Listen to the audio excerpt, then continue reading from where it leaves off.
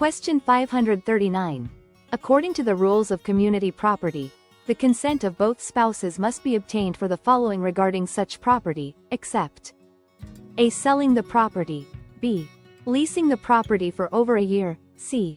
Listing the property on the MLS. D. Encumbering the property with a mortgage. Correct answer is C. Listing the property on the MLS. Community property laws, which are in effect in California and other states, generally require the consent of both spouses for significant transactions involving community real property. These significant transactions typically involve the transfer or encumbrance of the ownership interest itself.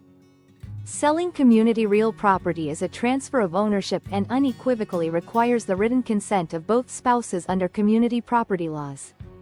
In California, and many other community property states, leasing community real property for a term exceeding 1 year is considered a significant encumbrance and requires the consent of both spouses.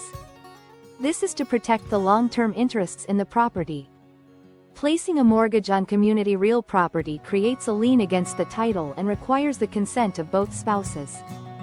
This is because it affects both spouses' interests in the asset and could lead to its loss through foreclosure. Listing a property for sale or rent on the multiple listing service, MLS, is a preliminary step to marketing the property. While it signifies an intent to sell or lease, it does not, in itself, transfer or encumber the title. Therefore, the consent of both spouses is generally not legally required just to list the property.